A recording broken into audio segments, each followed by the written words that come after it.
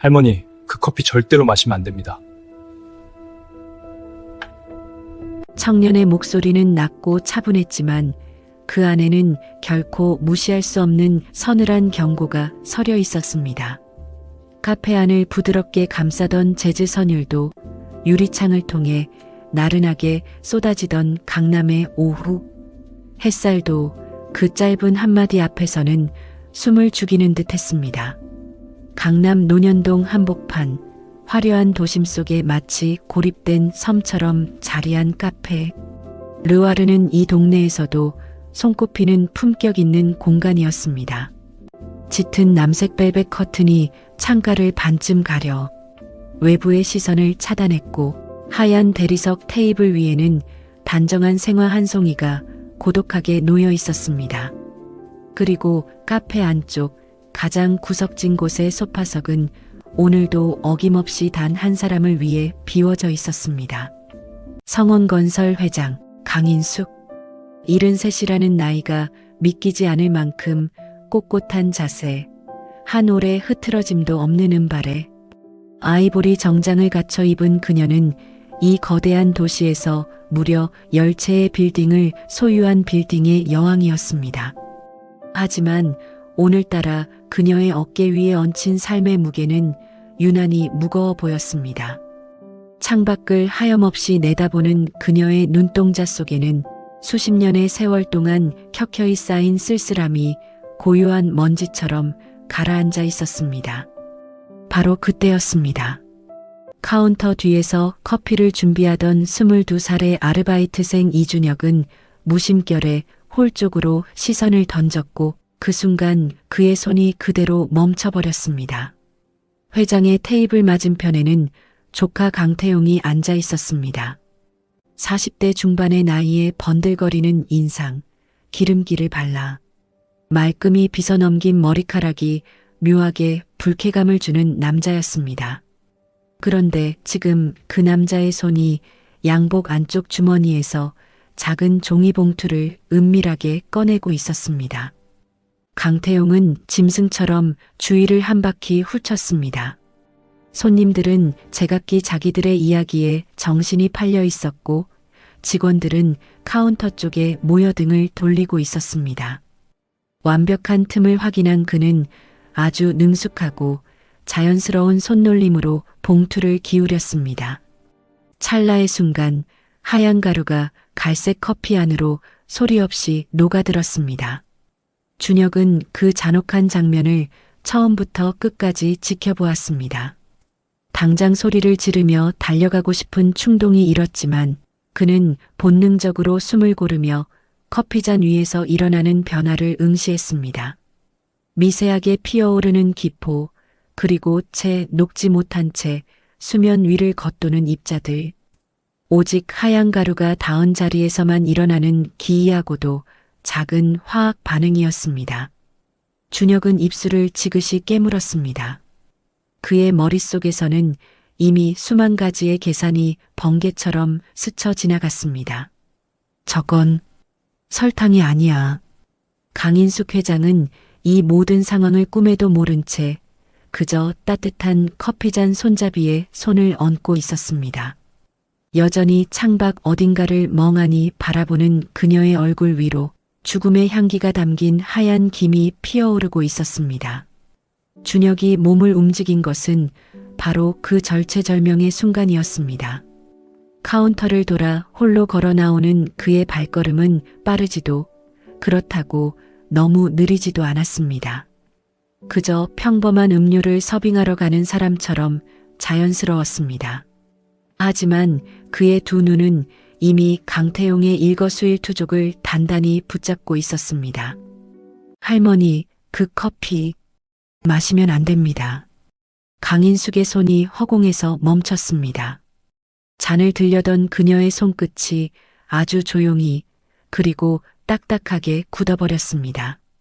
동시에 맞은편에 앉은 강태용의 얼굴에선 썰물처럼 핏기가 빠져나갔습니다. 카페 안의 소음이 마치 다른 세상 이야기인 듯 멀어져 갔습니다.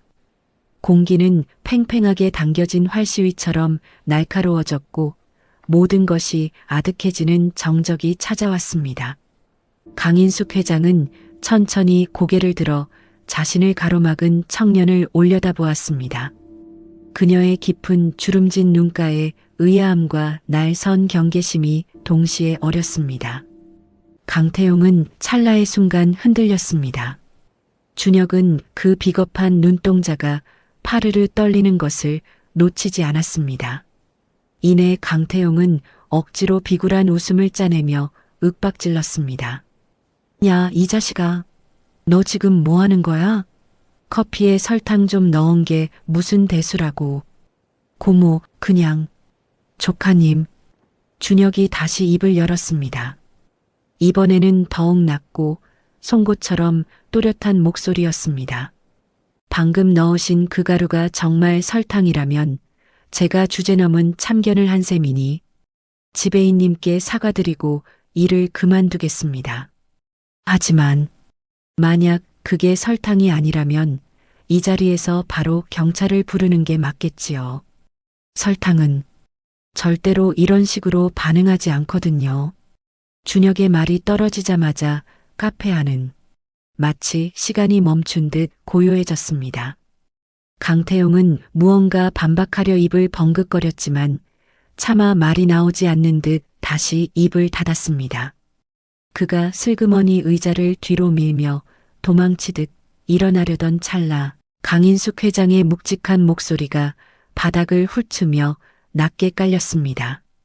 태용아. 날카로운 고함도 아니었습니다. 오히려 소름 끼칠 정도로 차분한 목소리였습니다. 하지만 그 짧은 한마디는 강태용의 발을 그 자리에 멈추게 하기에 충분했습니다. 앉아. 강태용은 마치 강 회장의 손에 짓눌리듯 천천히 다시 자리에 앉았습니다. 그의 이마에는 굵은 땀방울이 송골송골 맺히기 시작했습니다. 회장은 독이 든 커피잔을 멀리 밀어내며 청년을 빤히 바라보았습니다. 73세 산전수전 다 겪은 노련한 눈이 22살 청년의 흔들림 없는 눈을 한참 동안 들여다보았습니다. 이름이 뭐라 했지? 이준혁입니다. 내가 그걸 어떻게 알았지? 준혁은 잠시 숨을 고르다 천천히 말을 하기 시작했습니다. 커피 표면의 반응이 달랐습니다. 일반적인 설탕은 뜨거운 액체에 닿는 즉시 녹아내리며 아래로 가라앉지만 저잔 속의 가루는 입자가 녹지 않은 채 가장자리로 밀려나며 기묘한 기포를 만들어내고 있었습니다. 이건 정상적인 설탕의 용의 반응이 아닙니다. 회장은 한참 동안 말이 없었습니다. 화학을 전공하나? 서울대학교 화학공학과 2학년입니다. 그 대답이 나오는 순간이었습니다. 강인숙 회장의 무표정했던 얼굴에 아주 미세하지만 격정적인 경련이 일어났습니다. 이름 모를 무언가가 그녀의 눈동자 속을 스치고 지나갔습니다. 그것은 마치 40년 전 깊은 바닷속으로 사라졌던 기억의 한 조각이 수면 위로 아주 잠깐 올라왔다가 다시 조용히 가라앉는 듯한 환영이었습니다. 그것이 무엇이었는지 그날 오후 그 카페에 있던 그 누구도 알지 못했습니다. 강태용은 그날 카페에서 경찰에 임해 동행되었습니다. 잔 속에 남겨진 하얀 가루는 증거물로 즉시 수거되었고 카페의 CCTV는 보존 조치되었으며 독이 담긴 커피잔은 차갑게 봉인되었습니다. 그리고 그날 이후 영원히 묻혀버릴 것 같았던 40년 전 실종 사건의 육중한 문이 다시 열리기 시작했습니다. 1985년의 봄은 유난히도 따스했습니다. 코끝을 간지럽히는 훈풍 속에 꽃향기가 섞여들던 그 시절, 33세 강인숙은 생애 가장 찬란하고 행복한 나날을 보내고 있었습니다. 남편 이재영은 작은 건설자재 회사를 운영하며 누구보다 성실하게 가정을 일구던 듬직한 사람이었고 두 사람 사이에는 눈에 넣어도 아프지 않을 5살배기 딸 이슬이가 있었습니다. 세상에 더 바랄 것이 없다고 이 행복이 영원할 것이라 굳게 믿었던 시절이었습니다. 이슬이는 유독 아버지를 쏙 빼닮은 눈매를 가진 아이였습니다.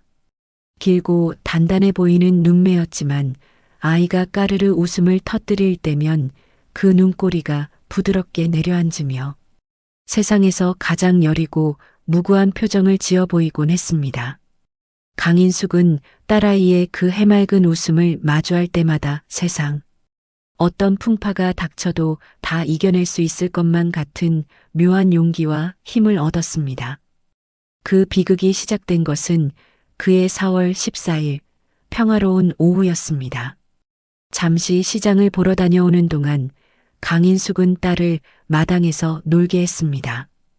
마침 남동생 강민준이 집에 와 있었기에 아무런 걱정도 하지 않았습니다.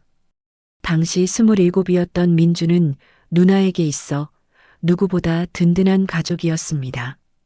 넉살 좋고 부지런한 데다 조카 이슬이를 제 자식처럼 지극정성으로 예뻐하던 동생이었습니다.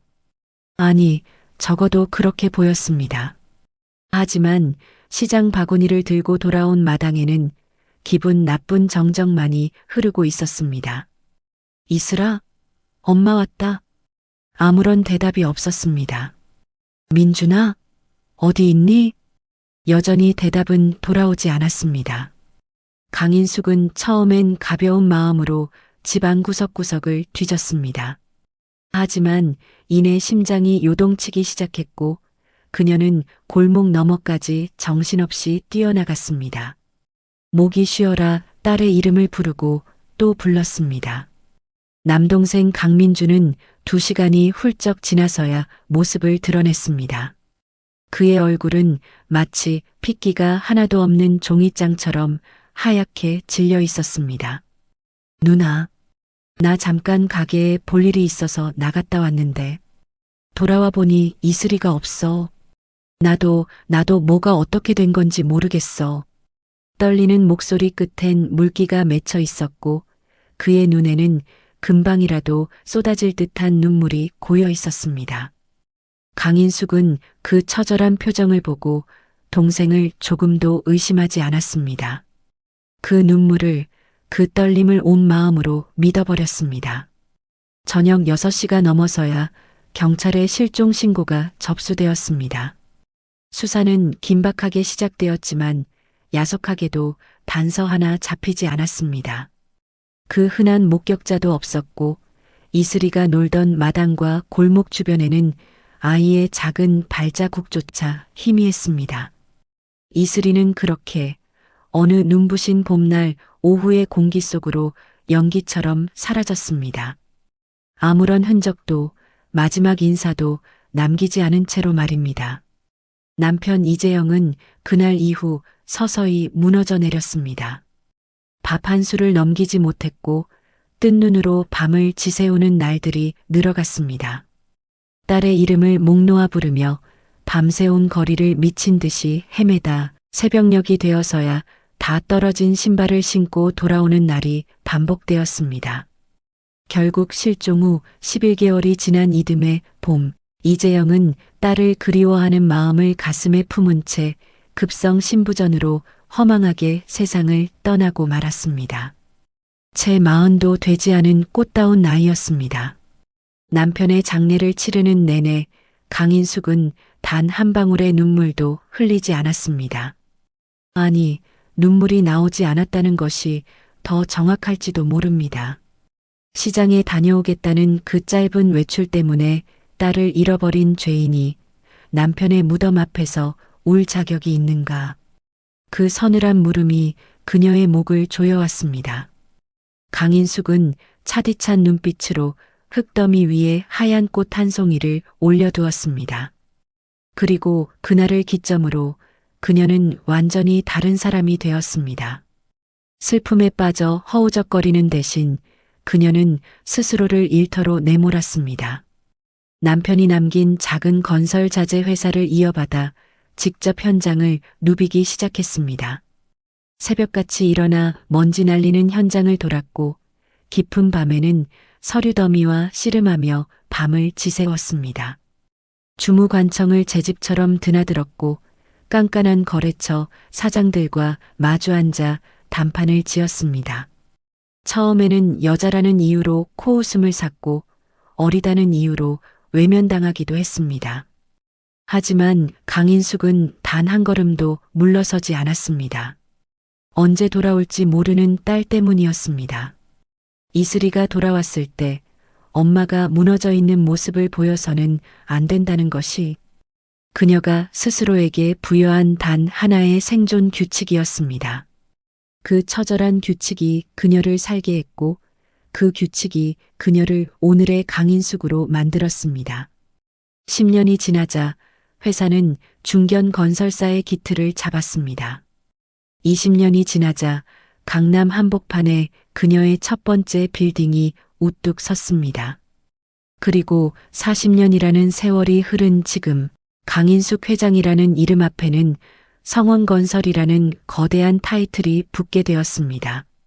그 긴 40년 동안 남동생 강민주는 단 한 번도 누나의 곁을 떠나지 않았습니다. 회사의 굳은 일을 도맡아 살림을 거들었고 험한 현장을 발로 뛰었습니다. 누나가 지쳐 쓰러질 것 같을 때면 옆에서 조용히 술잔을 채워주며 위로를 건넸습니다. 사라진 조카 이슬이의 이야기가 나올 때면 오히려 누나보다 더 서럽게 눈물을 훔치며 슬퍼했습니다. 강인숙은 그런 동생을 철석같이 믿었습니다.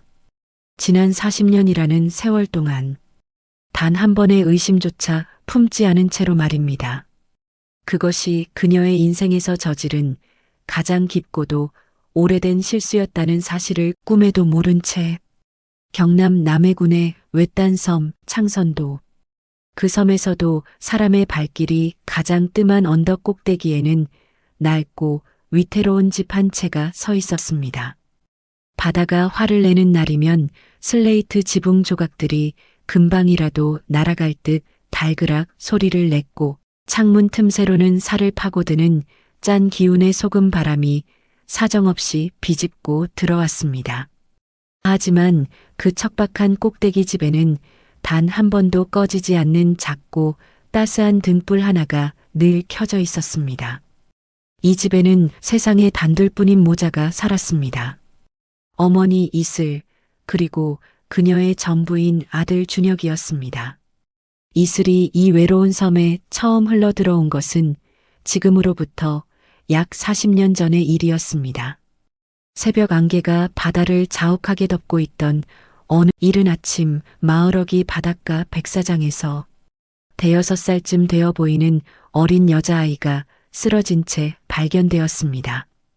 어부 부부의 손에 구조된 아이는 다행히 의식은 있었지만 자신의 이름이 무엇인지 어디서 왔는지 그 어린 몸으로 어떻게 이 먼 섬 끝까지 떠밀려 왔는지 단 한 조각의 기억도 꺼내지 못했습니다.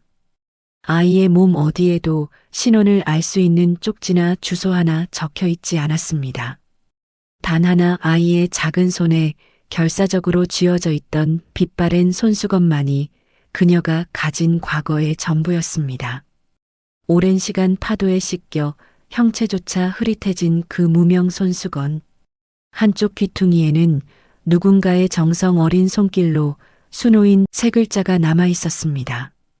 이 이슬, 그것은 아이 어머니가 아이에게 준 손수건인 것 같았습니다.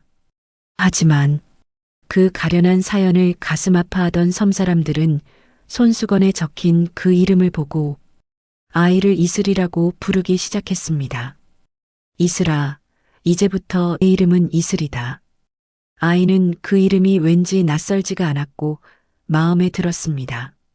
그것이 정말 제 이름인지 확신할 순 없었지만 그 두 글자가 혀끝에 닿을 때면 이상하게도 가슴 한구석이 뭉클해지는 묘한 익숙함을 느꼈기 때문입니다. 이름의 주인이 누구인지 몰라도 그 울림만큼은 그녀의 영혼 어딘가에 깊게 뿌리박혀 있었습니다. 그렇게 이슬은 섬의 일부가 되어 조용히 살아남았습니다. 거친 바다에서 해산물을 채취하고 손바닥만한 밭을 일구며 하루하루를 묵묵히 이어갔습니다. 간혹 정 많은 마을 사람들이 읍내 큰 병원에라도 한번 가보라고, 기억을 찾아보라고 권유할 때면 이슬은 그저 잔잔한 미소와 함께 고개를 저을 뿐이었습니다. 제가 어디서 왔는지 알아낸다고 해도 이미 이 섬이 제 삶의 전부가 되었는걸요. 그녀의 말이 결코 빈말이 아님을 아는 사람은 이 세상에 단 한 명뿐이었습니다. 바로 그녀의 아들 준혁이었습니다. 준혁은 이 섬의 흙냄새를 맡으며 태어났습니다. 섬의 유일한 산파 할머니가 정성껏 받아낸 아이였습니다. 이슬은 읍내 관공서까지 나가 떨리는 손으로 아들의 출생신고를 마쳤습니다. 아이의 성은 어머니의 성을 따라 이씨로, 이름은 준혁으로 지었습니다. 아버지라는 미상이라는 두 글자가 차갑게 메우고 있었지만 이슬에게는 그것이 중요하지 않았습니다. 어릴 때부터 준혁은 또래 아이들과는 노는 법부터 달랐습니다. 아이들이 공놀이를 할 때 준혁은 숫자를 가지고 놀았습니다. 바닷물에 떠있는 조각배의 움직임을 보며 바람의 속도를 계산하고 조개를 구울 때면 불의 세기와 익는 시간의 상관관계를 낡은 노트에 빽빽하게 적어 내려갔습니다. 어머니가 끓여준 국을 단 한 모금 마시고도 소금이 몇 그램 부족한지 정확히 집어낼 수 있는 기묘할 정도로 섬세한 감각을 지닌 아이였습니다. 섬에 단 한 명뿐이던 초등학교 선생님은 준혁을 처음 만난 날의 전율을 평생 잊지 못한다고 입버릇처럼 말했습니다. 중학생용 수학 문제집을 갖다 줬는데 단 이틀 만에 다 풀어왔더라고요. 그런데 풀이 과정이 책에 나온 정석과 전혀 달랐어요. 훨씬 짧고 소름 돋을 만큼 정확했죠. 어디서 배웠냐고 물으니 그저 가만히 생각하다 보니 길이 보였다고 대답하더군요. 천재적인 재능을 품은 준혁의 학업을 위해 이슬은 헌신했습니다. 중학교는 읍내로, 고등학교는 더 넓은 진주까지 나가야 했습니다. 그때마다 이슬은 외로운 섬을 지키며 아들을 배웅했습니다. 방학마다 돌아오는 아들의 손을 잡을 때면 그녀는 말없이 그 손을 한참 동안 꼭 쥐고 있었습니다. 구구절절 설명하지 않아도 아들의 손바닥에서 느껴지는 온기 안에 그간의 고생과 그리움이 다 녹아 있었습니다. 마침내 서울대학교 화학공학과 수석 합격이라는 기적 같은 소식이 섬을 흔들던 날, 마을 할머니들은 제 일처럼 기뻐하며 이슬의 집으로 모여들었습니다. 이슬은 장한 아들을 말없이 꼭 안아주었습니다. 하지만 그 품 안에서 어머니의 어깨가 미세하게 떨리고 있다는 사실을 알아챈 건 오직 준혁뿐이었습니다. 자랑스러운 아들이 대견하면서도 어머니는 무언가를 몹시 두려워하고 있었습니다. 어머니, 제가 서울 가서 공부도 열심히 하고 돈도 많이 벌어서 꼭 좋은 집 마련해 모시러 올게요. 하지만 이슬은 창밖의 먼 하늘을 바라보며 힘없이 고개를 저었습니다. 아니다, 준혁아. 너만 가면 돼. 여기는 나처럼 조용한 사람한테 딱 맞는 곳이야. 그리고 그녀는 잠시 말을 멈췄다가 아주 작은 목소리로 혼잣말처럼 덧붙였습니다. 서울은 나한테 맞는 곳이 아닌 것 같아. 왠지 그 단어만 들어도 가슴이 꽉 막히고 무서워. 그 두려움이 어디서 기인한 것인지 이슬 자신조차 알지 못했습니다. 서울이라는 단어를 입에 올리는 순간 가슴 깊은 곳에서 차오르는 그 서늘한 압박감. 그것은 기억이 아니라 그녀의 몸이 40년 전의 비극을 기억하고 있다는 증거였습니다. 서울의 상경한 준혁은 학비와 생활비를 보태기 위해 닥치는 대로 아르바이트를 찾았습니다. 그러다 논현동의 카페 르와르 구인 공고를 보게 되었습니다. 시급도 나쁘지 않았고 학교와도 가까웠지만 사실 준혁의 마음을 끈 진짜 이유는 따로 있었습니다. 그는 커피가 좋았습니다. 원두의 종류에 따라 다르게 피어오르는 복잡한 향기, 산미와 쓴맛이 어우러지는 그 절묘한 균형. 그것을 혀끝으로 읽어내는 과정은 준혁에게 마치 고난도의 수학 문제를 푸는 것과 같았습니다. 모든 변수를 파악하고 정교하게 계산하여 가장 완벽한 답을 찾아가는 즐거움. 섬마을 꼭대기 집에서 조용히 갈고 닦았던 그 비범한 감각이 어느 나른한 오후 한 여인의 목숨을 구하는 결정적인 무기가 될 줄은 그 자신도 미처 알지 못했습니다. 사건이 있었던 날 밤 준혁은 집으로 돌아와서도 카페에서의 일을 머릿속에서 지울 수 없었습니다. 특히 그 노인의 깊고 슬픈 눈빛이 자꾸만 잔상처럼 남았습니다. 강인숙이라는 그 화려한 이름 뒤에 숨겨진 무거운 진실은 몰랐지만 준혁은 그 눈에서 단번에 읽어낼 수 있었습니다. 그것은 이 세상에서 가장 오래되고 깊은 슬픔이었습니다. 그리고 이상하게도 그 슬픔은 준혁에게 전혀 낯선 것이 아니었습니다. 마치 어머니의 눈에서 평생을 보아왔던 익숙하고도 아픈 그 그림자와 너무나 닮아 있었기 때문입니다.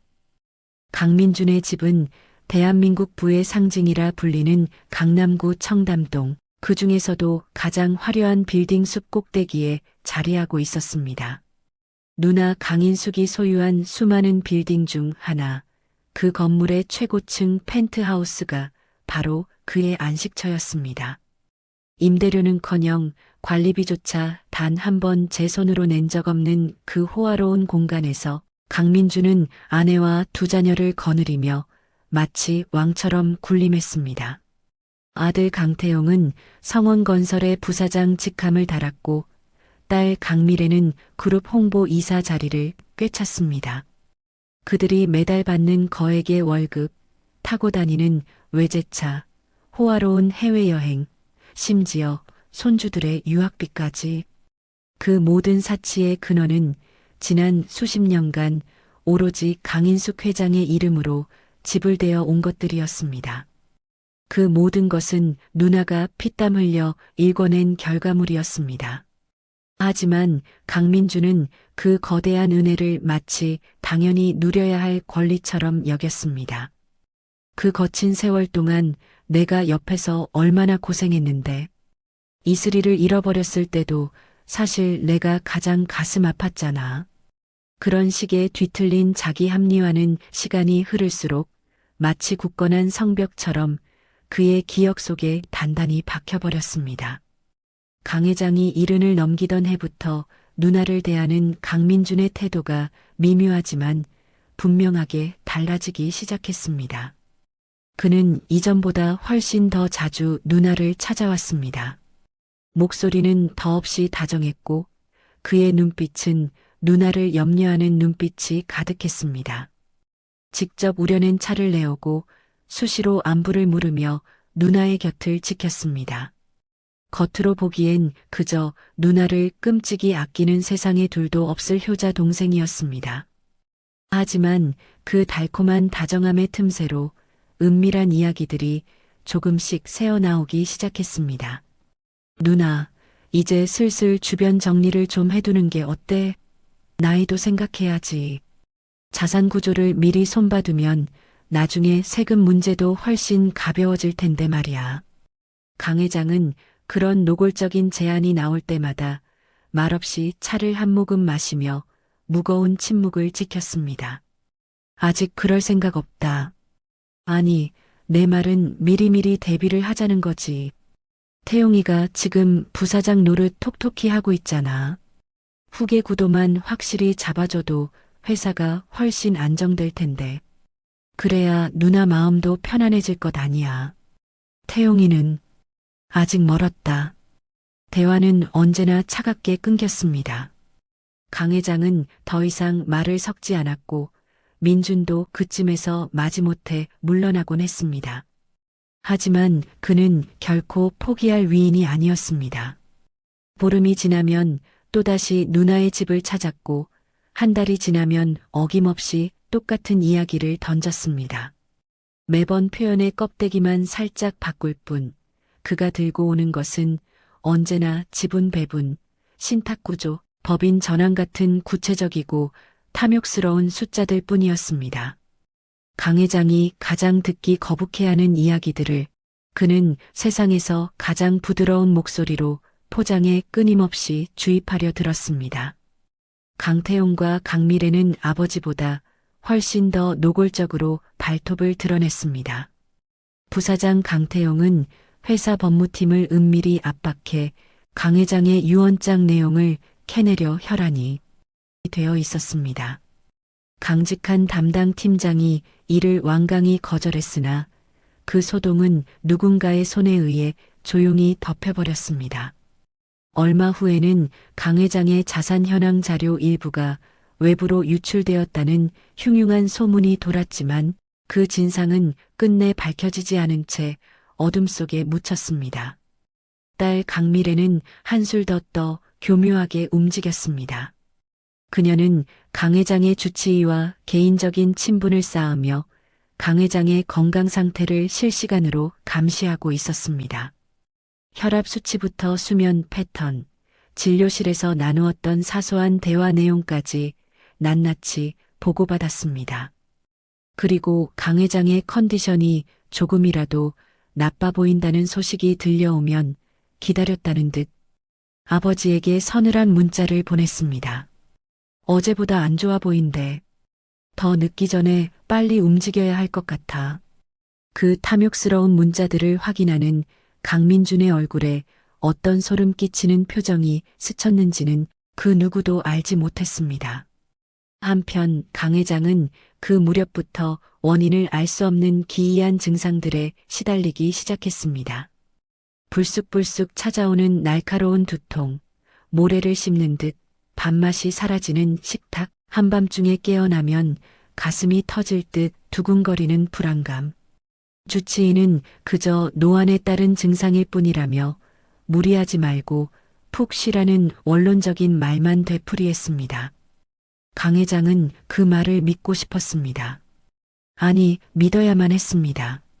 하지만 마음 한구석에는 지워지지 않는 의구심이 남았습니다. 평생을 거친 공사 현장에서 혹사하며 살아온 몸이었습니다. 새벽바람을 맞으며 현장을 누비고 밤샘 서류 작업도 거뜬히 견뎌냈던 강단 있는 체질이었습니다. 그런데 요 몇 달 사이 정체 모를 무거운 피로감이 마치 늪처럼 그녀를 야금야금 잠식해 들어오고 있었습니다. 그러던 어느 저녁 강민준이 또다시 누나를 찾아왔습니다. 이번에는 자산 전문가라고 소개하는 낯선 변호사를 대동하고 나타났습니다. 셋이 마주 앉아 차를 마시는 동안 변호사는 매끄러운 말투로 유언장 제작성의 당위성을 늘어놓았습니다. 지금의 구조로는 상속세 폭탄을 피할 수 없다느니 미리 지분을 정리해야 가족 모두가 평화롭다느니 하는 뻔한 궤변이 이어졌습니다. 강 회장은 그 소란스러운 열변 속에서도 단 한마디 대꾸도 하지 않았습니다. 그저 찻잔이 비워질 때까지 묵묵히 자리를 지키다 조용히 일어섰습니다. 그리고 돌아가려는 강민준의 뒤통수에 짧지만 서슬퍼런 한마디를 던졌습니다. 민준아, 나 아직 시퍼렇게 살아있다. 그 서늘한 경고가 어떤 의미였는지 강민준은 돌아가는 차 안에서 수없이 곱씹었을 것입니다. 하지만 탐욕에 눈먼 그는 멈추지 않았습니다. 오히려 누나의 마지막 한 자락 남은 생명줄을 끊어낼 다음 수를 궁리할 뿐이었습니다. 그 무렵부터 강 회장은 부쩍 혼자 있는 시간이 많아졌습니다. 회의가 끝나도 텅 빈 창밖을 한참 동안 응시했고 저녁 식탁에 차려진 음식들을 반 이상 남기는 날이 허다했습니다. 비서들은 불안한 눈빛으로 서로의 눈치를 살폈지만 차마 그 고독한 여자에게 다가가 말을 건네는 이는 없었습니다. 그러던 어느 적막한 오후 회장실 책상 위에서 전화벨 소리가 날카롭게 울렸습니다. 오랜 세월 강 회장이 가장 깊이 신뢰해온 법률 자문, 권 변호사였습니다. 통화는 짧았습니다. 하지만 수화기를 내려놓은 강 회장의 얼굴에는 이전과는 다른 기묘한 결연함이 서려 있었습니다. 그녀는 한참 동안 창밖의 구름을 바라보다가 떨리는 손으로 서랍 깊숙한 곳을 열었습니다. 그 안에는 세월의 때가 묻은 낡은 사진 한 장이 있었습니다. 5살 난 어린 여자아이가 마당에서 햇살을 받으며 환하게 웃고 있는 사진. 강 회장은 그 사진을 꺼내어 마치 생명줄이라도 되는 듯 손바닥 안에 꼭 쥐었습니다. 그리고 조용히 눈을 감았습니다. 그 눈꺼풀 너머로 잃어버린 40년의 시간이 파도처럼 밀려들고 있었습니다.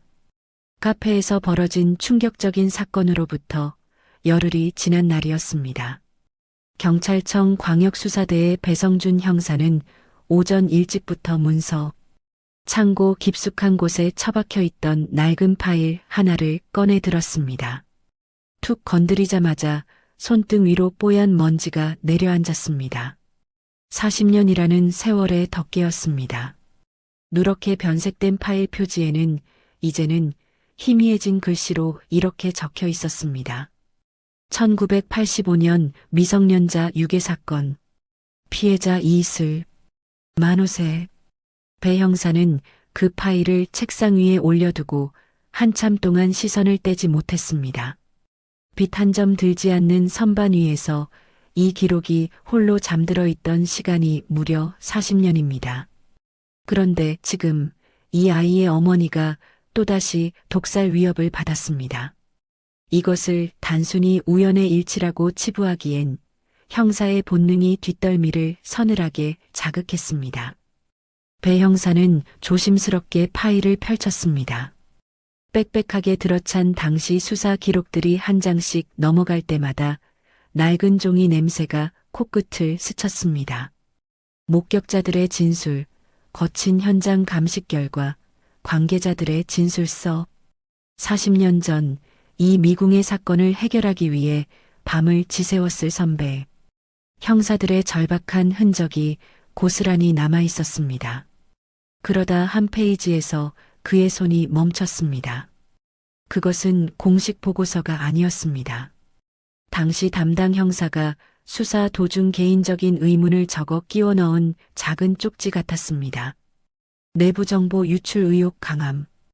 범인은 아이의 동선과 집안 구조를 소름 끼칠 정도로 정확히 파악하고 있음. 가족 혹은 최측근 중 제보자가 존재할 가능성을 절대 배제할 수 없음. 배 형사는 그 문장을 곱씹으며 몇 번이고 다시 읽었습니다. 유괴는 단순한 외부인의 소행이 아니었을지도 모릅니다. 누군가 안에서 문을 열어주었거나 그날의 빈틈을 미리 일러준 그림자가 있었다는 뜻입니다. 하지만 그 예리한 메모 아래로는 더 이상의 기록이 없었습니다. 추가 조사도 후속 수사도 이루어지지 않은 채 메모는 거기서 비참하게 끊겨 있었습니다. 기록에 따르면 메모를 남긴 형사는 사건 이듬해 아무런 연고도 없는 지역으로 갑작스럽게 발령을 받아 떠났습니다. 그리고 사건은 그렇게 서류 창고의 어둠 속으로 영영 매몰되었습니다. 배 형사는 파일을 처음부터 다시 훑으며 당시 가족관계도를 살폈습니다. 그리고 한 이름에 멈춰 섰습니다. 강민준 당시 27세 피해자의 외삼촌. 사건 당일 자택에 있었으나 실종 직전 자리를 비움. 그의 진술은 허망할 정도로 짧았습니다. 잠시 근처 가게에 볼 일이 있어 나갔다 왔는데 조카가 사라졌다. 정확히 몇 시에 나갔는지는 경황이 없어 기억나지 않는다. 배 형사는 그 무책임한 진술을 노려보다가 다른 파일을 뒤졌습니다.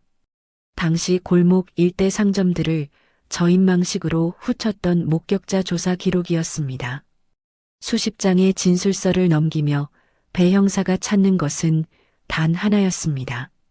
강민준이 갔다는 그 가게에서 그를 보았다는 증언. 하지만 없었습니다. 그날 그 골목 그 어느 구멍가게에서도 강민준의 얼굴을 기억하는 이는 단 한 명도 없었습니다. 당시 수사팀은 가게 주인이 바빠서 못 봤을 수도 있다며 이 구멍난 알리바이를 그대로 통과시켰습니다. 하지만 배 형사의 눈에는 그것이 거대한 거짓말의 틈새로 보였습니다. 확인되지 않은 알리바이, 내부 공모의 의혹, 그리고 40년 뒤에 벌어진 똑같은 집안의 살인 미수 사건, 배 형사는 연필을 쥐고 강민준의 이름 위에 굵은 동그라미를 쳤습니다. 40년이라는 세월의 장벽이 가로막고 있었지만 이 이름을 그냥 지나치는 것은 직무유기라는 생각이 들었습니다. 그는 다음날 곧장 당시 사건 담당이었던 전직 형사를 찾아 나섰습니다. 경기도 외곽의 조용한 주택가, 이제는 70대 중반의 노인이 된 전직 형사는 한참 동안 문을 열어주지 않았습니다. 마침내 삐걱거리며 열린 문틈 사이로 노 형사는 배 형사를 빤히 바라보았습니다. 그의 눈에는 이미 모든 것을 짐작하고 있었다는 듯한 체념이 서려 있었습니다. 그 사건, 결국 다시 터진 모양이구려. 좁은 거실에 마주 앉은 노 형사는 한동안 침묵을 지켰습니다. 그것은 망설임이라기보다 가슴속에 묻어두었던 해묵은 부채감을 꺼내기 위한 준비처럼 보였습니다. 그때 내가 끝까지 물고 늘어졌어야 했어요. 노 형사가 무겁게 입을 뗐습니다. 외삼촌의 알리바이가 앞뒤가 안 맞았을 때 거기서 멈추면 안 되는 거였는데 위에서 압력이 들어왔어요. 가족을 죄인 취급하지 마라. 다른 쪽으로 눈을 돌려라. 그 압력이 어디서 시작된 건지 나는 끝내 알아내지 못했습니다. 배 형사가 날카롭게 물었습니다. 그 압력의 근원지 짐작 가는 곳이라도 없으십니까? 노 형사는 쓰디쓴 미소를 지으며 고개를 끄덕였습니다. 심증만 있고 물증이 없었지. 그래서 도망치듯 발령지로 떠난 게 평생의 한이 됐어요. 돌아오는 길, 배 형사의 머릿속은 수사 방향을 돌리라는 압박과 석연치 않은 알리바이로 가득 찼습니다. 그는 사무실에 복귀하자마자 1985년 당시 강민준의 금융 기록을 샅샅이 뒤지기 시작했습니다. 40년 전 자료라 태반이 소실되었지만 끈질긴 추적 끝에 조각난 기록 일부를 찾아냈습니다. 그 안에는 사건 발생을 전후로 하여 출처를 알 수 없는 뭉칫돈이 강민준의 계좌로 쪼개져 입금된 흔적이 선명하게 남아 있었습니다. 그날 밤 배 형사의 책상 위에는 1985년 유괴 사건과 2025년 독살, 시도 사건의 파일이 나란히 놓였습니다. 40년의 시차를 둔 두 비극 속에서 유일하게 겹치는 이름은 단 하나였습니다. 강민준. 한편 준혁은 카페 사건 이후 강인숙 회장의 부름을 받고 두 차례 더 그녀를 만났습니다. 회장은 이 낯선 청년에게 묘한 끌림을 느끼는 듯 했습니다. 그날은 정말 고마웠어요. 내 생명의 은인인데 차 한 잔 대접하고 싶어서 불렀어요. 두 사람의 대화는 생각보다 깊게 이어졌습니다. 준혁은 섬에서의 삶과 어머니에 대해 이야기했습니다. 강 회장은 준혁의 이야기를 듣는 내내 마치 무언가에 홀린 사람처럼 멍한 표정을 지었습니다. 준혁의 눈매, 조용히 경청하는 태도, 그리고 웃을 때 아이처럼 내려앉는 눈꼬리. 그녀는 자꾸만 가슴 한구석이 아릿해지는 것을 느꼈습니다. 뚜렷한 기억은 없었지만 몸이 먼저 반응하는 통증이었습니다. 어느 날 회장이 차를 마시다 불쑥 물었습니다. 준혁 씨, 어머니 이름이 어떻게 돼요? 이슬입니다. 이 이슬, 잔을 들려던 순간 회장의 손이 그 자리에서 굳어버렸습니다. 이슬, 그 이름을 입 밖으로 내뱉는 순간 그녀의 눈동자가 파도처럼 일렁였습니다. 입술이 미세하게 떨리는 것을 감추기 위해 그녀는 서둘러 창밖으로 시선을 돌렸습니다. 참, 예쁜 이름이네요. 그 짧은 한마디에 담긴 폭풍 같은 감정을 준혁은 다 알 수 없었습니다. 그저 회장의 얼굴 위로 아주 오래된 슬픔이 지나갔다는 것만 느꼈을 뿐입니다. 그날 밤 준혁은 섬에 있는 어머니에게 안부 전화를 걸었습니다. 평소보다 가라앉은 어머니의 목소리가 들려왔습니다. 어머니, 저예요. 잘 지내고 계시죠? 이슬은 한참 뒤에야 조심해라, 아들아. 라고 답했습니다. 그 음성은 유난히 떨리고 있었습니다. 마치 40년 동안 잠들어 있던 불길한 기억이 잠에서 깨어나기라도 한 것처럼 말입니다. 그로부터 사흘 뒤 배 형사의 긴박한 목소리가 준혁의 휴대폰을 울렸습니다. 이준혁 씨, 지금 당장 드릴 말씀이 있습니다. 유전자 검사 결과가 나왔습니다. 카페 사건으로부터 열흘이 지난 아침 배성준 형사의 책상 위에는 운명을 가를 두 개의 봉투가 나란히 놓였습니다. 하나는 카페 르와르의 CCTV 정밀 분석 보고서였고 다른 하나는 커피잔 바닥에서 긁어낸 하얀 가루의 성분 분석 결과였습니다. 배 형사는 잠시 숨을 고른 뒤 왼쪽의 CCTV 보고서부터 천천히 뜯었습니다. 영상 분석 결과는 잔인할 만큼 선명했습니다. 매장 내부를 각기 다른 각도에서 비추던 세 대의 카메라가 하나의 진실을 조각처럼 맞추고 있었습니다. 강태용이 주위를 살피는 비열한 눈빛, 양복 주머니에서 은밀하게 종이봉투를 꺼내는 손길, 그리고 찰나의 순간 커피잔 위로 가루를 털어넣는 동작까지. 그것은 결코 우연이나 실수로 변명할 수 없는 명백한 의도였습니다. 이어 성분 분석 결과지를 집어든 배 형사의 미간이 급격히 찌푸려졌습니다. 커피잔에서 검출된 물질은 극소량으로도 심장의 리듬을 마비시킬 수 있는 치명적인 약물이었습니다. 일반인은 구경조차 하기 힘든 것이었고 전문적인 지식이 없다면 다루는 것조차 불가능한 위험한 물질이었습니다. 하지만 배 형사의 심장을 더 차갑게 만든 것은 보고서 하단의 주석이었습니다. 단의 투여로는 즉각적인 사망에 이르기 어려우나 소량을 장기간 반복 투여할 경우 심장 기능 저하, 만성 피로, 식욕 부진 및 수면 장애를 유발함.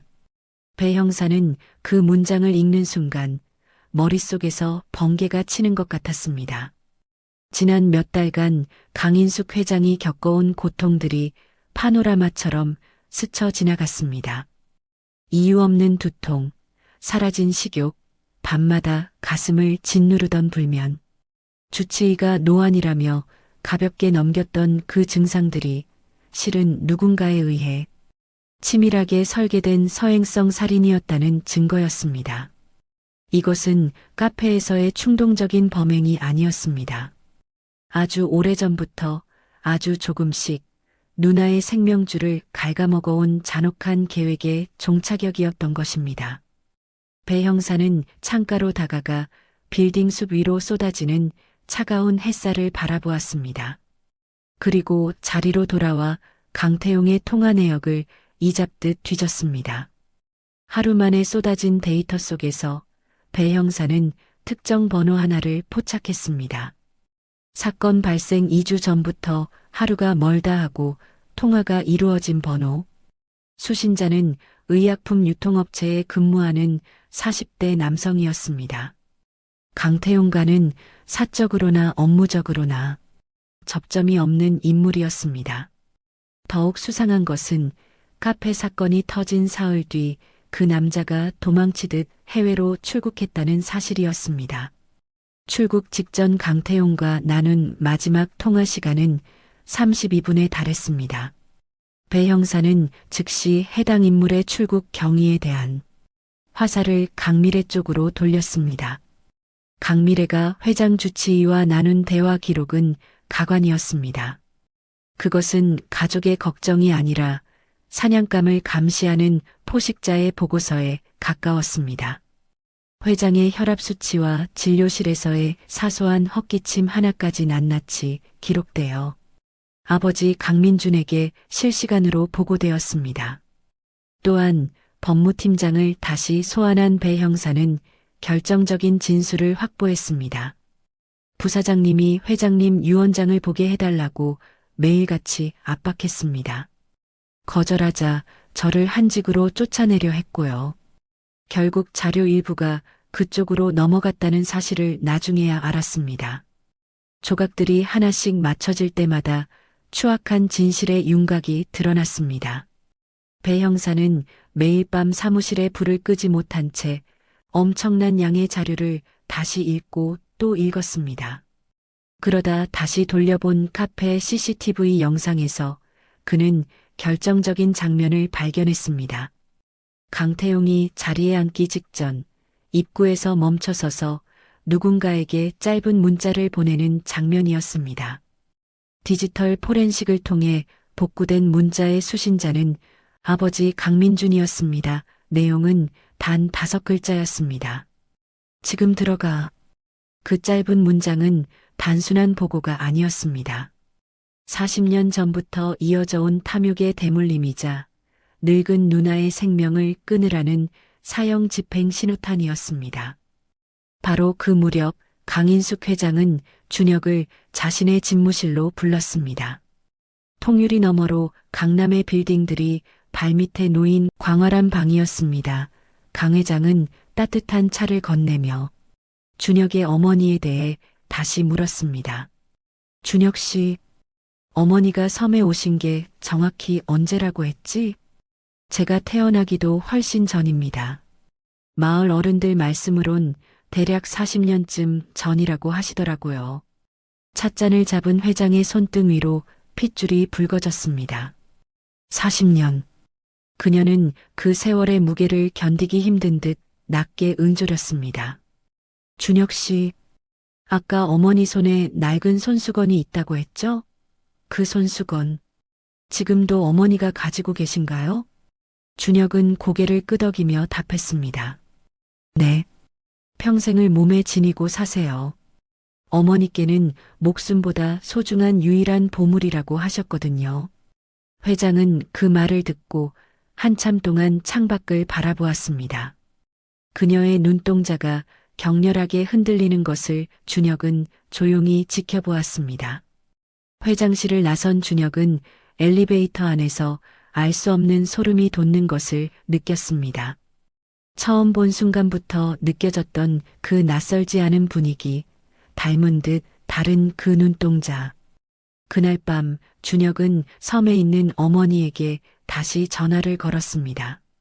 어머니, 그 손수건에 수놓인 이이슬이라는 글씨요. 그거 누가 놓아준 건지 정말 기억 안 나세요? 이슬은 잠시 숨을 멈췄습니다.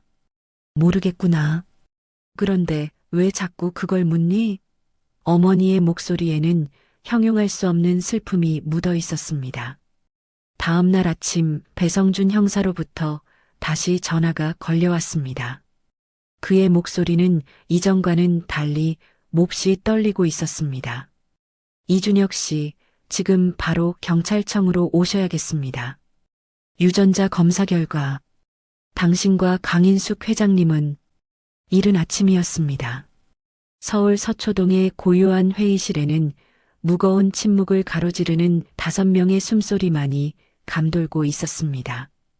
강인숙 회장, 배성준 형사, 권 변호사, 그리고 준혁과 유전자 검사를 맡은 전문가가 모여 앉았습니다.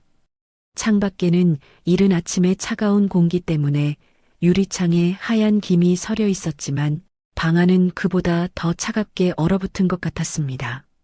누구 하나 먼저 입을 떼지 못했습니다. 진실이라는 커다란 파도가 덮쳐오기 직전 모두가 숨을 죽이고 그 순간을 기다렸습니다. 김 박사가 가방에서 하얀 봉투 하나를 천천히 꺼냈습니다. 종이가 스치는 소리가 유난히 크게 들렸습니다. 김 박사가 봉투를 열고 드디어 운명을 결정지을 하얀 결과지를 테이블 위에 올려놓았습니다. 강인숙 회장과 이준혁 군의 친자 확인 결과 종이 맨 아래 적힌 숫자가 눈에 확 들어왔습니다. 결과 99.97%. 회의실 안은 마치 시간이 멈춘 듯 고요해졌습니다. 강인숙 회장은 테이블 위에 종이를 넋을 잃고 바라보았습니다. 떨리는 손을 뻗어 집어보려 했지만 손끝이 심하게 떨려 결국 다시 내려놓아야 했습니다. 강 회장은 한참 동안 그 꿈 같은 숫자를 보고 또 보았습니다. 이게 정말 사실인가요? 강 회장의 목소리는 너무나 낮고 힘이 없어서 마치 바람에 흩날리는 낙엽 소리 같았습니다. 배 형사가 조심스럽게 하지만 힘주어 말했습니다. 회장님, 따님 이슬 씨가 살아계십니다. 준혁 군의 어머니, 남해 그 먼 섬에서 평생을 살아오신 준혁 군. 어머니가 바로 40년 전 잃어버렸던 따님 이슬 씨가 맞습니다. 그때 유괴당한 충격으로 기억을 잃고 섬에 정착하셨던 것으로 밝혀졌습니다. 강인숙 회장의 눈에서 눈물이 툭 하고 떨어졌습니다. 소리내어 울지도 못했습니다. 그저 73 나이 든 몸으로 40년 동안 가슴에 꾹꾹 눌러 담았던 한이 소리 없이 뺨을 타고 흘러내렸습니다. 강 회장은 손을 들어 눈물을 닦으려 했지만 이내 포기했습니다. 닦아내고 또 닦아내도 터진 봇물처럼 눈물이 멈추지 않았기 때문입니다. 준혁은 그 자리에 못 박힌 듯 움직일 수 없었습니다. 머릿속에서는 어머니와 보낸 지난 세월들이 영화처럼 스쳐 지나갔습니다. 바닷바람이 매섭던 섬마을 낡은 집, 새벽마다 혼자 밭을 일구던 어머니의 작아진 뒷모습, 서울이라는 말만 들으면 겁에 질린 아이처럼 사르르 떨던 그 표정, 그리고 자기 출생신고서에 아버지 이름 칸이 비어있던 그 서러운 기억까지 말입니다. 준혁은 차마 말을 끝까지 맺지 못했습니다. 권 변호사가 인자한 목소리로 대신 말해주었습니다. 준혁 군은 강 회장의 외손주, 그러니까 이 집안의 하나뿐인 핏줄입니다. 그 소리가 회의실 안으로 따뜻하게 퍼져나갔습니다. 강인숙 회장은 젖은 눈으로 준혁을 바라보았습니다. 처음 카페에서 이 청년을 만났을 때 왜 그렇게 마음이 끌렸는지 이제야 알 것 같았습니다. 왜 이 아이의 눈매가 그토록 낯익었는지, 가만히 있는 뒷모습이 왜 자신과 닮았는지, 웃을 때 처지는 그 눈꼬리가 왜 그렇게 가슴을 아리게 했는지 말입니다. 강 회장은 떨리는 손을 뻗어 준혁의 거친 손을 꼭 잡았습니다. 그 손이 너무나 따뜻해서 준혁은 자기도 모르게 눈을 감았습니다. 섬에서 어머니 손을 잡을 때 느꼈던 그 깊고 아픈 온기, 그 온기가 어디서 시작된 것인지 이제야 알 것 같았습니다.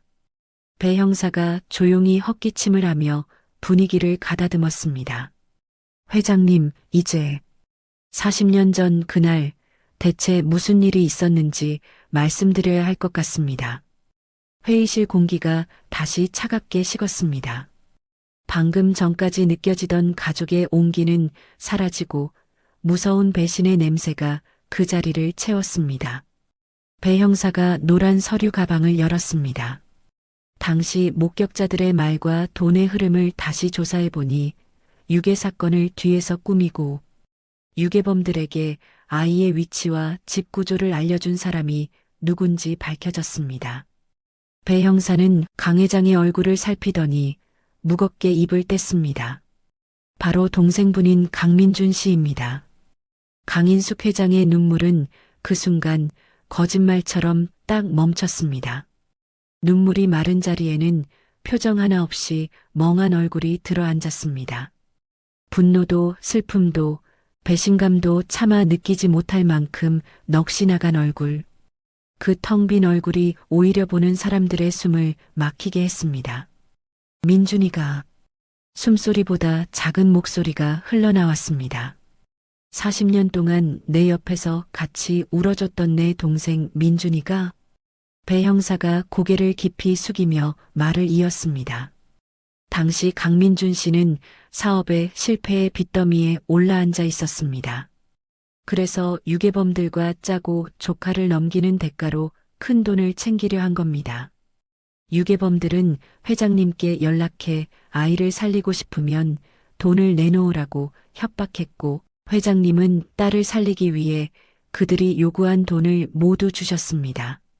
민준 씨는 유괴범들이 받은 그 돈에서 자기 몫을 챙겼습니다.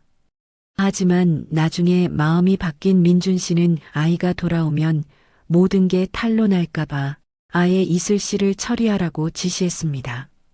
유괴범들은 아이를 차마 죽이지는 못하고 남해의 외딴 섬 바닷가에 버린 것이고, 거기서 기억을 잃은 이슬 씨가 발견된 것입니다. 회장은 아무 말도 못했습니다. 배 형사는 계속 말했습니다. 게다가 이번 카페에서 회장님 커피에 약을 탄 것도 강민준 씨의 지시였습니다. 아들 강태용 씨가 실행에 옮긴 것이고요. 조카에게 지금 들어가서 실행해라라고 문자를 보낸 증거도 다 찾아냈습니다. 준혁은 자기 손을 꼭 잡고 있는 할머니의 손이 파르르 떨리는 것을 느꼈습니다. 40년 전에 딸을 팔아넘기고 그 짓을 해놓고 40년 동안 누나 옆에 앉아 같이 울어줬던 그 동생. 세상에 이런 법은 없었습니다. 회장이 억눌린 신음처럼 입을 열었습니다. 증거는 확실합니까? 네, 확실합니다. 배 형사가 단호하게 대답했습니다. 그러면 됐어요. 그걸로 됐어. 그게 전부였습니다. 더는 묻지도 따지지도 않았습니다. 그 짧은 한마디로 40년의 거짓을 끝냈습니다. 그 덤덤한 모습이 곁에 있는 사람들에게는 더 큰 슬픔으로 다가왔습니다. 권 변호사가 서류 한 장을 내밀었습니다. 강민준과 강태용을 잡아가라는 명령서였습니다. 이미 이른 아침 두 사람은 집에서 경찰들에게 붙잡혀갔습니다. 딸 강미래 역시 회장 건강정보를 몰래 빼돌린 죄로 조사를 받고 있으며, 그들이 가졌던 모든 재산과 회사 지분도 다시 뺏어오게 될 것이라고 했습니다. 강인숙 회장은 다시 창밖의 먼 하늘을 바라보았습니다. 그리고 준혁을 보았습니다. 우리 이슬이가 그 먼 섬에 있었구나. 네, 할머니. 준혁이 처음으로 할머니라고 불렀습니다. 살아있었어. 내 강아지가 살아있었어. 회장이 양손으로 얼굴을 가렸습니다. 어깨가 심하게 흔들렸습니다. 40년을 참아온, 아니 1985년 그 잔인했던 봄날. 오후부터 멈추지 않고 마음속에서 흐르던 피눈물이 이제야 터져나왔습니다. 소리 없는 그 울음은 회장의 영혼이 내뱉는 통곡이었습니다. 준혁은 천천히 일어나 할머니 곁으로 다가갔습니다. 그리고 어머니가 슬퍼하실 때 늘 해드렸던 것처럼 조용히 그 야윈 어깨를 감싸 안았습니다. 아무 말도 하지 않았습니다. 그저 묵묵히 곁을 지키며 자신의 온기를 전해드렸습니다. 회의실 밖으로는 서울의 아침이 차갑고도 환하게 밝아오고 있었습니다. 그로부터 2시간 뒤 청담동 집에서 강민준은 수사관들에게 붙잡혔습니다. 처음엔 무슨 짓이냐며 고래고래 소리를 질렀지만 영장을 확인하자마자 얼굴이 잿빛으로 변했습니다. 40년 전 조카를 팔아치우고 누나 앞에서 거짓 눈물을 훔치던 그 가증스러운 얼굴 그대로였습니다. 평생을 남의 눈을 속여 쌓아 올린 가짜 인생이 단 몇 시간 만에 모래성처럼 허물어졌습니다. 가족이라는 허울을 쓰고 버렸던 그 끔찍한 연극도 이제는 진실의 햇빛 아래 낱낱이 타버렸습니다. 그날 오후 강인숙 회장은 혼자 회장실에 앉아 있었습니다. 커다란 창밖으로 강남의 빌딩 숲이 보였습니다. 저 빌딩들을 하나하나 올리는 동안 얼마나 많은 밤을 혼자 울며 버텼는지 이 도시는 알지 못했습니다. 딸의 이름을 가슴에 묻고 먼지 날리는 공사 현장을 누비던 그 처절한 세월을 말입니다. 이제 강 회장은 압니다. 딸이 살아있다는 것을요. 강 회장은 책상 서랍 깊은 곳에서 낡은 사진 한 장을 꺼냈습니다. 40년 동안 하루도 빠짐없이 매만졌던 햇살 아래 환하게 웃고 있는 5살 딸아이의 사진이었습니다. 이슬아. 아무도 없는 방에서 강 회장은 처음으로 딸의 이름을 크게 불러보았습니다. 참으로 길고 험한 시간을 돌아 드디어 세상 밖으로 나온 소중한 이름이었습니다. 창밖으로 저녁 햇살이 비치며 사진 속 아이의 환한 미소 위로 따뜻한 빛이 내려앉았습니다. 남해 창선도로 향하는 길은 아득히 멀고도 아련했습니다. 서울의 회색 빌딩 숲을 벗어나 끝없이 이어지는 고속도로를 달리고 다시 굽이굽이 국도를 타다 창성교의 붉은 아치를 건너 섬의 깊숙한 품으로 들어가는 길.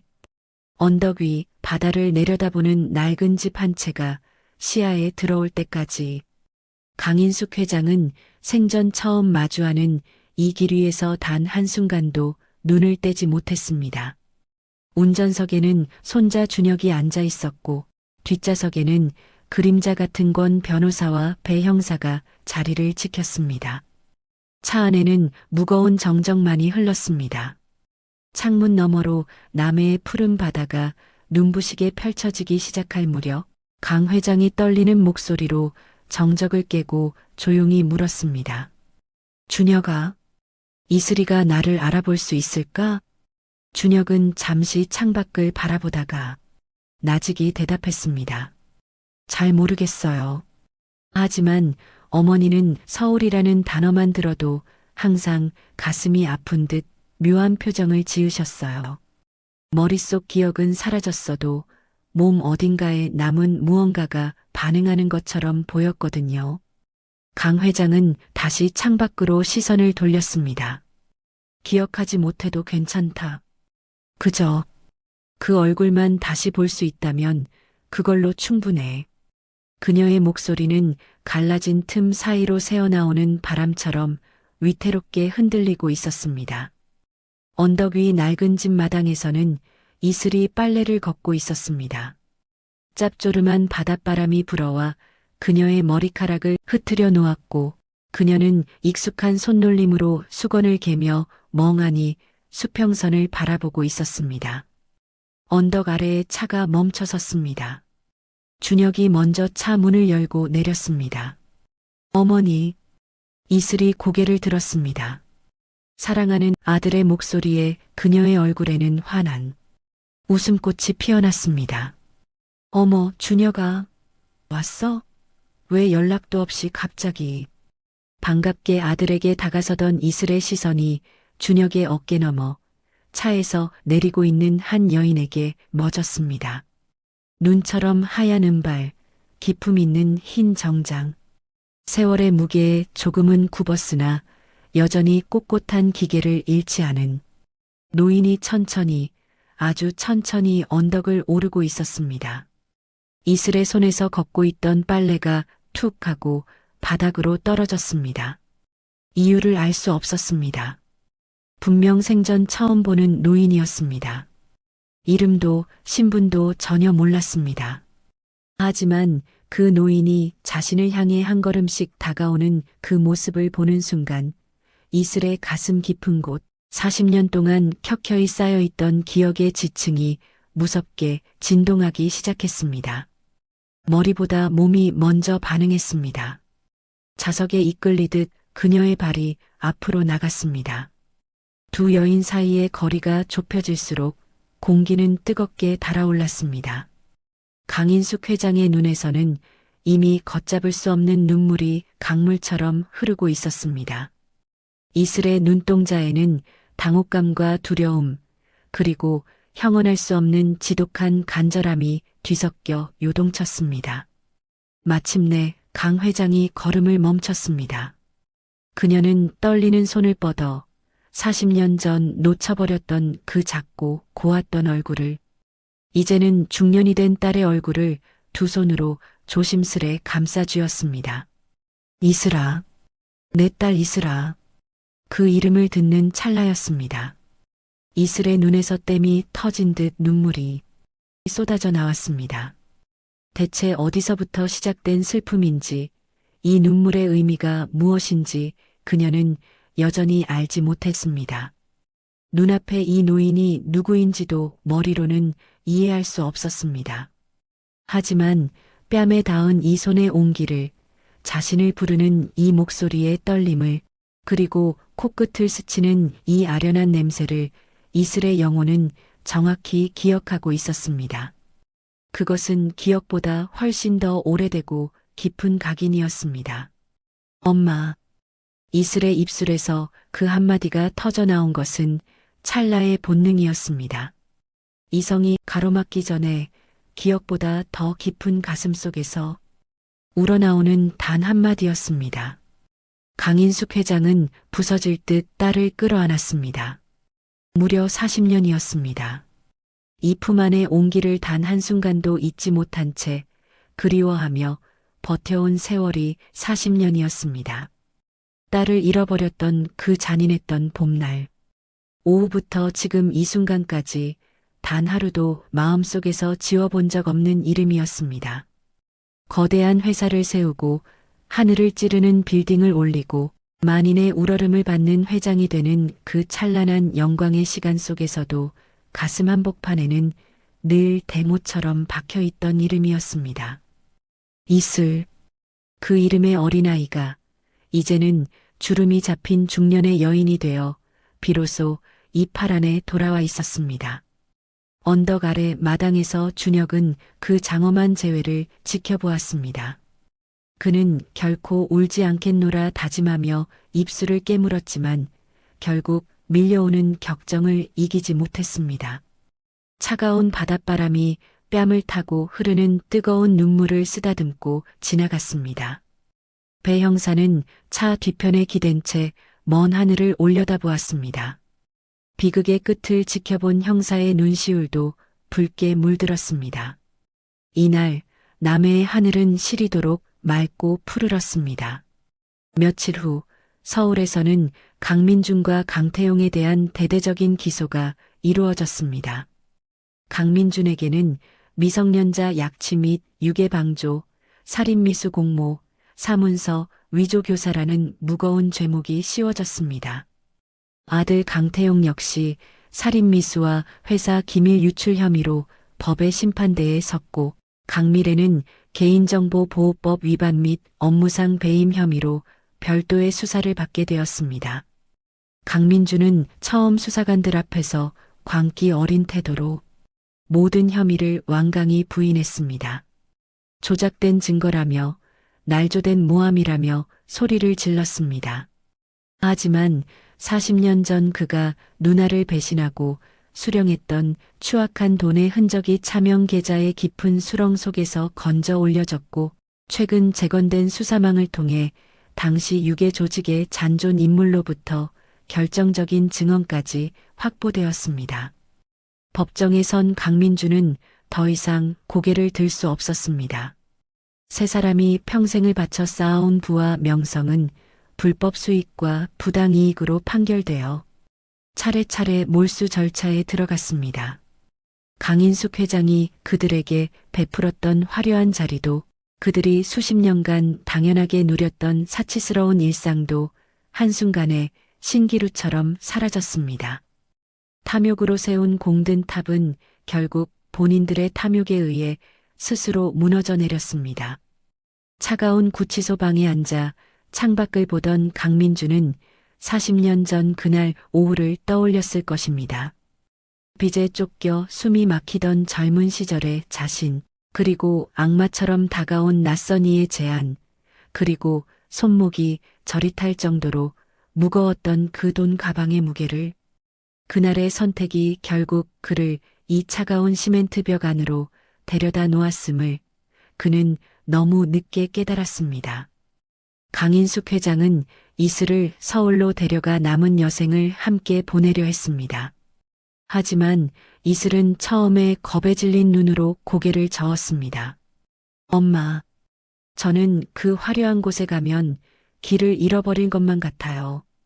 강 회장은 딸의 거친 손을 꼭 쥐며 말했습니다. 걱정 마라. 엄마가 같이 가면 절대 길 잃을 일 없어. 하지만 엄마, 저는 기억이 없잖아요. 그 기억이 영영 돌아오지 않을지도 모르는데. 강인숙 회장은 딸의 눈을 가만히 응시했습니다. 기억이 돌아오지 않아도 괜찮아. 우리에게는 이제 함께할 수 있는 새로운 시간이 차고 넘치니까. 이슬은 한참 동안 깊은 생각에 잠겼고 마침내 떨리는 고개를 끄덕였습니다. 다만 조심스럽게 단 하나의 조건을 내걸었습니다. 가끔은 이 섬에 다시 오게 해주세요. 그럼 당연하지. 바다가 너무 보고 싶어질 때요. 매일 보고 싶다고 해도 매일 데려다 주마. 이슬이 40년 만에 처음으로 아이처럼 환하게 웃었습니다. 그 웃음을 마주하는 순간 강인숙 회장의 머릿속에는 1985년 그 봄날의 마당이 겹쳐 보였습니다. 오후 햇살 아래 나비처럼 뛰어놀던 5살배기 아이의 눈부신 웃음. 그 무구한 웃음이 지금 중년이 된 딸의 얼굴 위에 고스란히 남아 있었습니다. 세월도 배신도 지독한 운명도 그 근원적인 웃음만큼은 지우지 못했던 것입니다. 회장실 창밖으로 강남의 빽빽한 빌딩들이 내려다 보이는 어느 평온한 오후, 강인숙 회장은 긴급 이사회를 소집했습니다. 안건은 성원건설 경영권 승계 예비 구조 검토였습니다. 자리에 모인 이사들 사이에서 한 청년이 조용히 주목받았습니다. 편안한 청바지에 정장 재킷을 걸친 22살의 젊은이. 하지만 그 눈빛만큼은 이 방에 앉은 그 어떤 백전 노장보다 단단하고 깊었습니다. 이준혁 이사 중 한 명이 의아한 듯 옆 사람에게 작게 속삭였습니다. 저 젊은 친구는 누구입니까? 옆 사람이 경외심 섞인 낮은 목소리로 대답했습니다. 회장님의 외손자. 진짜 후계자라더군요. 회의실은 순식간에 찬물을 끼얹은 듯 조용해졌습니다. 강인숙 회장은 모여있는 이사들을 한 명씩 차례로 눈에 담았습니다. 그리고 마지막으로 준혁에게 시선을 고정했습니다. 성원건설은 지난 40년 동안 단 한 번도 기업의 본질과 핵심을 잃지 않았습니다. 오늘 이 자리에서 저는 그 가치가 다음 세대로 당당히 이어지는 역사적인 시작을 선언합니다. 강 회장의 말은 간결하고도 묵직했습니다. 굳이 누구라고 지목하지 않았고 구구절절 설명하지도 않았습니다. 하지만 회의실 안의 모든 이들은 본능적으로 깨달았습니다. 새로운 시대의 주인이 누구인지를 말입니다. 준혁은 자리에 앉아 조용히 창밖을 바라보았습니다. 이곳에서는 섬의 푸른 바다도 파도 소리도 들리지 않았습니다. 하지만 왠지 코끝에 짠 내음 섞인 바람의 냄새가 스치는 것만 같았습니다. 이 거대한 도시 어딘가에 이제는 자신의 어머니가 있었습니다. 40년이라는 긴 방황 끝에 비로소 제자리를 찾은 사람이 말입니다. 그리고 자신 또한 마치 오늘 처음 세상에 태어난 아이처럼 이 자리에서 새로운 삶의 무게를 느끼고 있었습니다. 그날 저녁 준혁은 홀로 한강변을 걸었습니다. 섬에서 자라며 늘 바다를 친구 삼아 살았던 아이가 이제는 이 도시의 강줄기를 따라 걸으며 처음으로 서울이 낯설지 않다고 느꼈습니다. 그때 휴대폰이 울렸습니다. 어머니였습니다. 준혁아, 밥은 먹었니? 네, 어머니. 잘 먹었어요. 서울 생활은 좀 어때? 힘들진 않고? 준혁은 잠시 걸음을 멈추고 반짝이는 강물을 내려다보았습니다. 괜찮아요, 어머니. 생각보다 훨씬 괜찮아요. 이슬은 수화기 너머에서 잠시 침묵하다가 다정하게 덧붙였습니다. 조금만 기다려.